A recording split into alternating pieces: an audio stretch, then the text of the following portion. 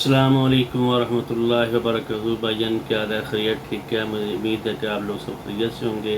جس طرح کہ آپ جانتے ہیں ڈیکو گلف کنسلٹنٹ والے آپ سے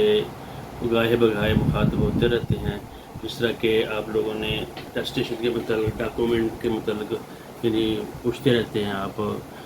سعودی عرب کے متعلق، یو اے کے متعلق، اس کے ڈاکومنٹ نکاح نامہ تصدیق کرانا ہو اور بے فارم تصدیق کرانا ہو، اسی طرح اے بی سی سے میٹر کیفے اور دیگر کریکٹر سرٹیفکیٹ تصدیق کرانے کے متعلق جب آپ ہم سے پوچھتے رہتے ہیں تو اس کے لیے ہم رہنمائی کرتے رہتے ہیں۔ اسی طریقے سے اپائنٹمنٹ جو ہوتی ہے، اسی طریقے سے ایک تو اپائنٹمنٹ ہوتی ہے BLS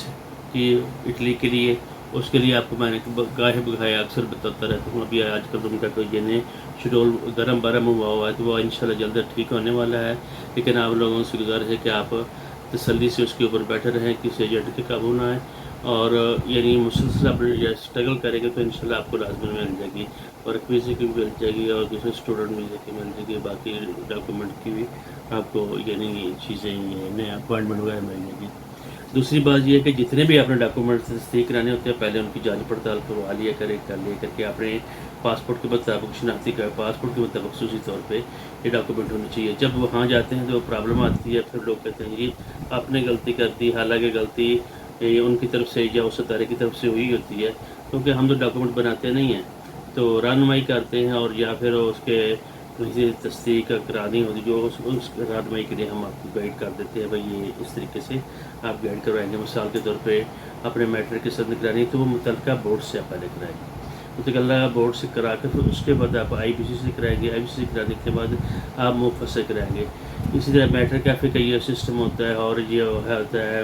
ڈپلوما 3 سال کا وغیرہ، یہ سعودی عرب سے بھی تصدیق کرانے کے لیے، اور UAE میں سے تصدیق کرانے کے لیے، اور باقی کنٹریز سے بھی تصدیق کرانے کے لیے آپ کو متعلقہ بورڈ سے پھر سینل ویریفائی لینا پڑتا ہے۔ اسی طرح میٹر کیفے کا بھی سینل ویریفائی لینا پڑتا ہے، پھر اس کے بعد آپ نے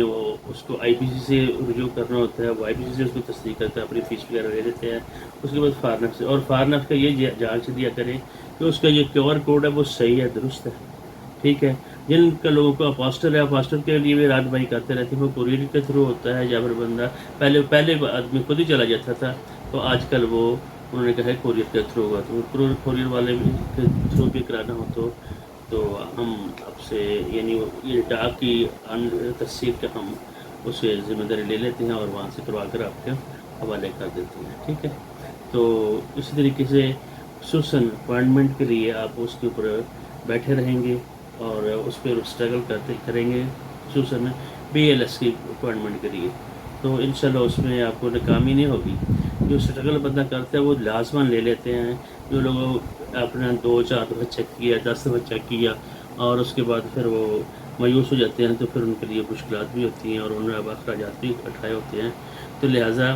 یہ تاکید ہے کہ آپ BLS کے اوپر بیٹھ کر اپنی وہ تحقیق کریں، اور ساتھ 2-3 اس کی کھول لیں، مطلب ونڈوز کھول لیں، اس میں فیصل آباد کی، ملتان کی، لاہور کی، اسلام آباد کی، تو ان میں باری باری چیک کریں گے تو انشاءاللہ آپ کو کوئی نہ کوئی کسی وقت آپ کو لازم ملے گی۔ طریقہ کار یہ ہوتا ہے اسٹرگل کرنے کا۔ تو امید کرتا ہوں آپ خیریت سے ہوں گے۔ اسی طرح نکاح نامہ جو تصدیق کرانا ہو، اور بے فارم فیملی کے جو ریلیٹڈ کام ہوتے ہیں، تو وہ بھی ہمارے آپ سے آپ چاہیں گے تو ہم انشاءاللہ اس میں آپ کی ہیلپ کر سکتے ہیں۔ السلام علیکم ورحمۃ اللہ وبرکاتہ۔